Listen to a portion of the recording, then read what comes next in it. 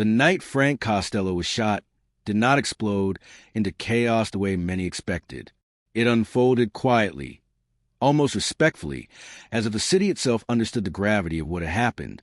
New York in the late 1950s had seen enough blood to recognize moments that would reshape power. Costello, the so-called prime minister of the underworld, had survived longer than most by avoiding unnecessary noise. As sirens faded into the distance and whispers began spreading through back channels, one thing became clear. This was not just an assassination attempt. It was a signal. Before we go deeper into what followed, let me say something briefly and sincerely. We have a dream of reaching 1,000 subscribers by the end of this month. If you appreciate stories rooted in real history and told with depth and respect, subscribe, leave your like, and be part of this dream.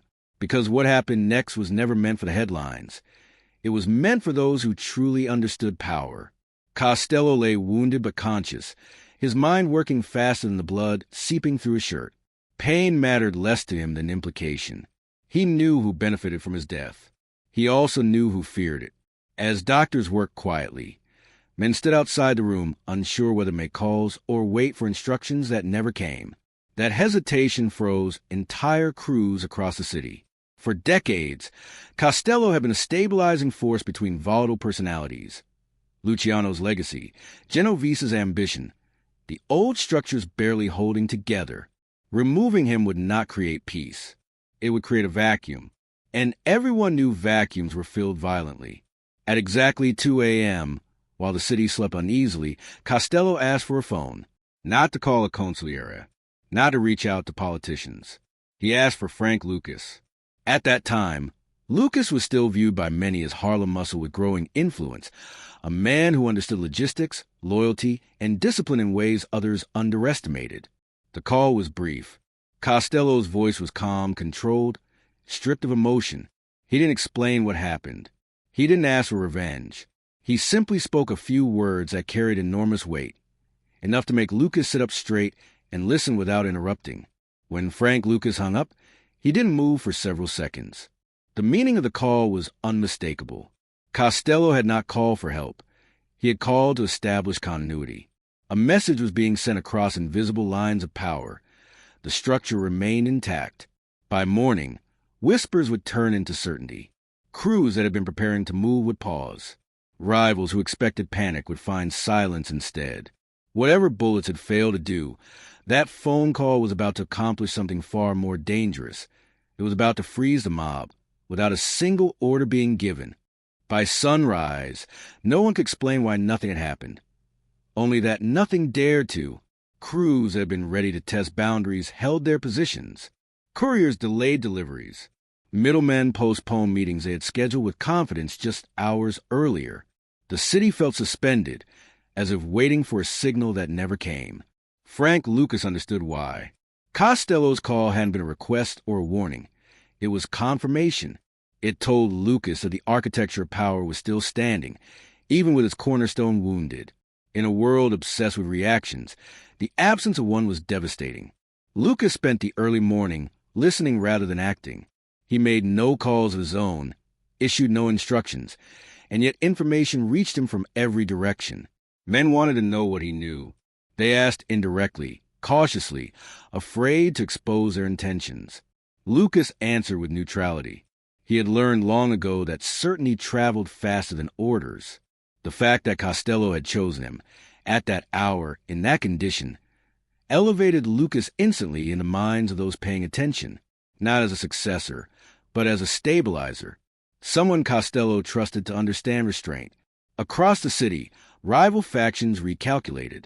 Those who had whispered about moving on Costello's territory now questioned whether the attempt had already failed in ways they didn't yet understand. If Costello could still reach Lucas from a hospital bed, then his network was intact. If his network was intact, then retaliation, overt or covert, would be precise and delayed. That kind of retaliation terrified men who relied on speed and shock. Speed could be countered. Shock could be absorbed. Patience could not. By nightfall, the city had absorbed the lesson without it being announced. Power had not shifted. It had revealed its depth. Frank Lucas did not step forward. did not posture, did not claim authority. He remained exactly where Costello expected him to be. Quiet, visible enough to be noticed, restrained enough to be trusted. And that restraint, shared between two men from different eras of the underworld, was what truly froze the mob. Because everyone understood now, if the man who had been shot could still decide outcomes at 2 a.m., then no one was ready for what would happen when he stood again.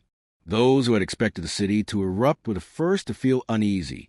The attempt on Frank Costello's life had been calculated around one assumption, that removing him, even temporarily, would fracture the balance he had spent decades maintaining. Certain figures within the Genovese orbit, along with independent operators who had long resented Costello's influence over politicians and unions, believed violence would create opportunity. They waited for panic. They waited for retaliation. What they got instead was discipline, and discipline was far harder to predict. Frank Lucas became the quiet reference point for that uncertainty.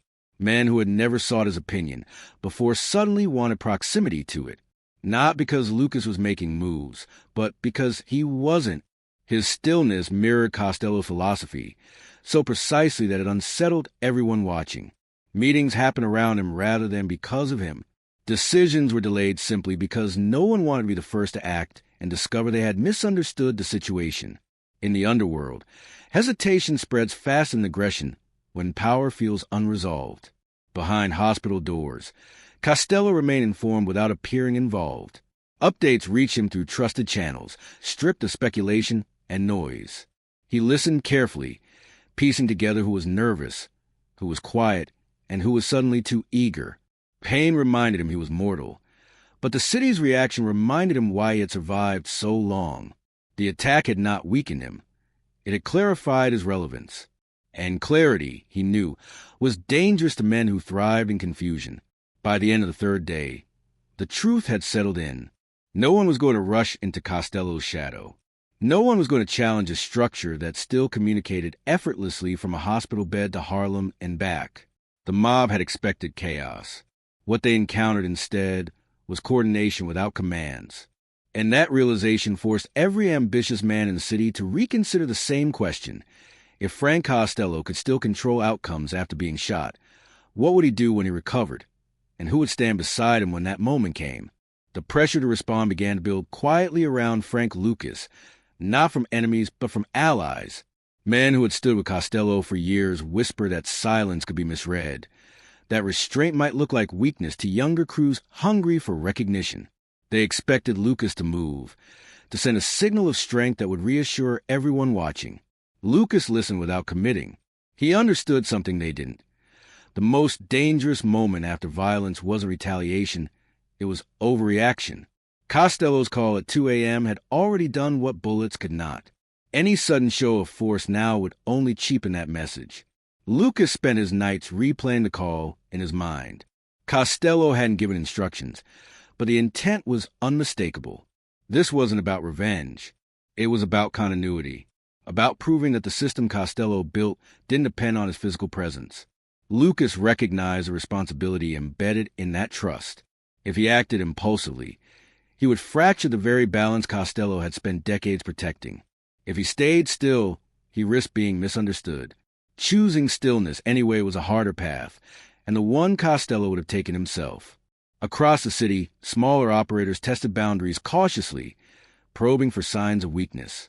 A late payment here, a missed meeting there. Each incident was noted, not punished. Lucas allowed these moments to exist, understanding that exposure was more valuable than correction. Men revealed their intentions when they thought no one was watching. And Lucas was watching everything. He kept careful mental records, not for immediate action, but for future certainty. Costello would want names when the time came, not guesses. When Lucas finally spoke publicly, it wasn't to threaten or reassure.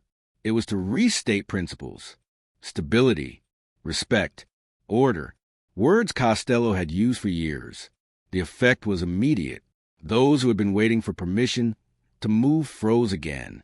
The city understood now that this wasn't a transition of power. It was a demonstration of depth. Frank Costello had been shot, but his influence hadn't even flinched. And as long as Frank Lucas held that line without striking, the mob understood a brutal truth. Nothing had changed, and no one was ready to challenge what still stood. By the fifth night after the shooting, something unusual had taken hold across the city. Men were looking inward instead of outward. Frank Costello's survival, combined with Frank Lucas's refusal to act, forced everyone to reconsider where they stood. Loyalties that had once felt flexible suddenly felt dangerous to test. Conversations grew cautious. Jokes disappeared. Even longtime rivals spoke with restraint, unsure which words might travel back to the invisible channels Costello had perfected over decades. The underworld was not afraid of retaliation. It was afraid of being identified. Frank Lucas noticed the shift immediately. He could hear it in the way voices lowered when he entered a room, in the sudden politeness of men who once relied on bravado. No one asked him directly what Costello planned. They didn't need to. The real question was whether Lucas had already been given authority to decide who would remain protected when Costello returned. Lucas never confirmed or denied anything. His power in that moment came from ambiguity. The less he clarified, the more others disciplined themselves. At the hospital, Costello was awake longer now, the pain dulled enough for reflection. Reports reached him describing the city's behavior, not its rumors. That distinction mattered. He wasn't interested in what men were saying. He cared about what they were no longer willing to do. That restraint told him everything he needed to know. The shooting had exposed impatience in some quarters, but it had also revealed how deeply his influence was woven into the city's habits. Even wounded, he remained the standard. Late that night, as rain washed the streets clean and lights reflected off empty sidewalks, an unspoken agreement settled over New York. There would be no sudden grabs for territory, no premature declarations. Anyone who moved now would be remembered, not for courage, but for poor judgment. Frank Costello's single phone call had accomplished what years of negotiation could not. It had forced every ambitious man to count his allies, weigh his future, and realize that survival depended less on speed than on alignment.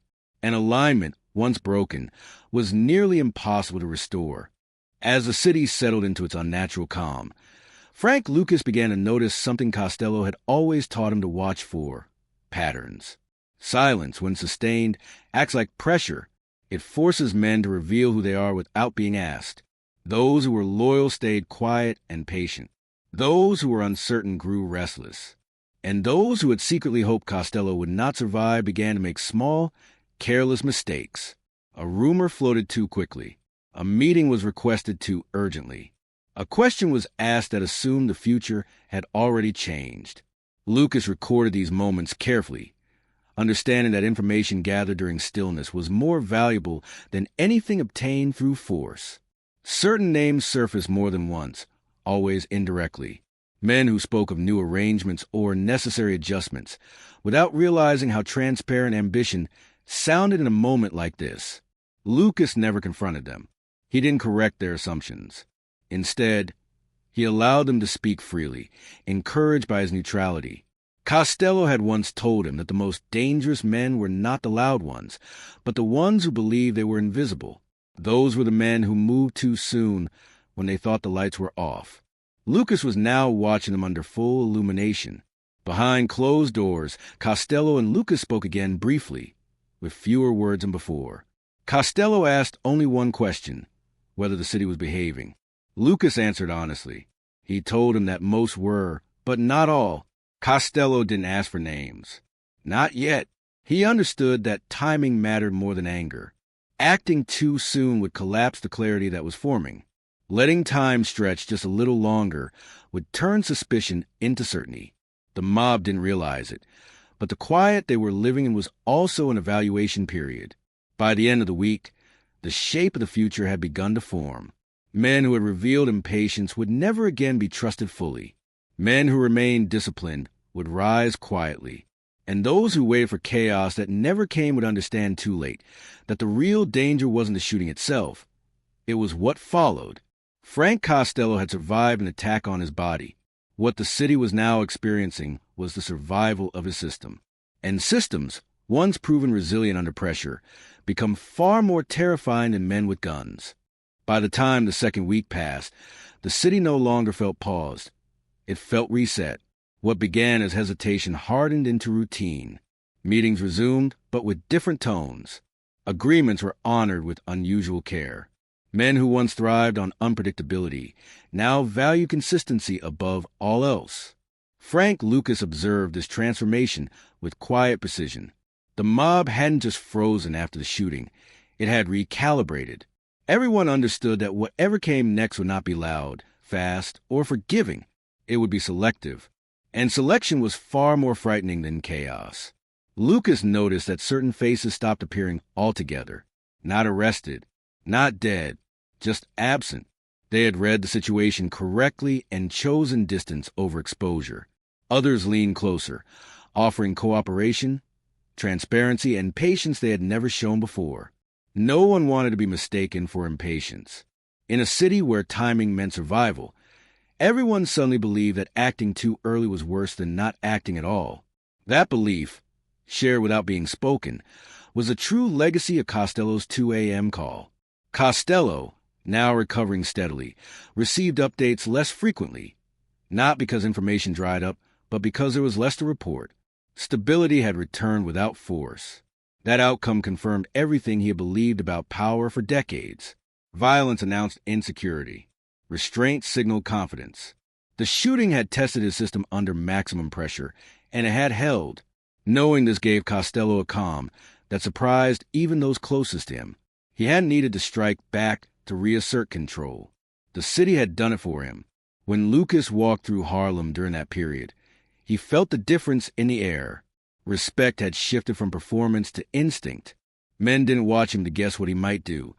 They watched themselves to ensure they weren't doing something foolish. That was when Lucas understood the full weight of the call he had received. Costello hadn't frozen the mob through fear. He had frozen it through certainty. And certainty, once established, doesn't melt easily. When Frank Costello finally left the hospital, there was no announcement, no procession, no statement meant for public ears. He returned to the city the same way he had ruled it for years. Quietly, deliberately, and without ceremony. Yet everyone knew, not because they were told, but because behavior changed again, subtly adjusting to the presence of a man whose authority had just survived its greatest test. The shooting no longer mattered. The response to it had rewritten the rules. Frank Lucas understood that what people feared now was not retaliation, but judgment delayed. Costello met with Lucas privately not long after his return. There were no congratulations, no reassurances. Costello thanked him once, briefly, for understanding what the call had meant. That acknowledgement carried more weight than any title or promotion. Lucas realized then that the call at 2 a.m. had never been about emergency or protection. It had been about trust, and about proving that the system Costello built could breathe on its own. Harlem had watched, learned, and adjusted. The mob had frozen because it recognized permanence. In the weeks that followed, Costello made only a few adjustments. Certain connections cooled. Others strengthened quietly. No purges. No dramatic shifts. Men who had revealed impatience during the freeze found themselves slowly excluded from meaningful decisions. Men who had remained disciplined gained influence without fanfare. The city corrected itself under Costello's gaze, not because he forced it to, but because it understood what survival now required. Violence would have simplified things. This was more effective. Years later, people would talk about the night Frank Costello was shot as a turning point. But those who truly understood power knew the real moment came afterward. When a wounded man made a single phone call at 2 a.m., and the entire underworld chose stillness over ambition.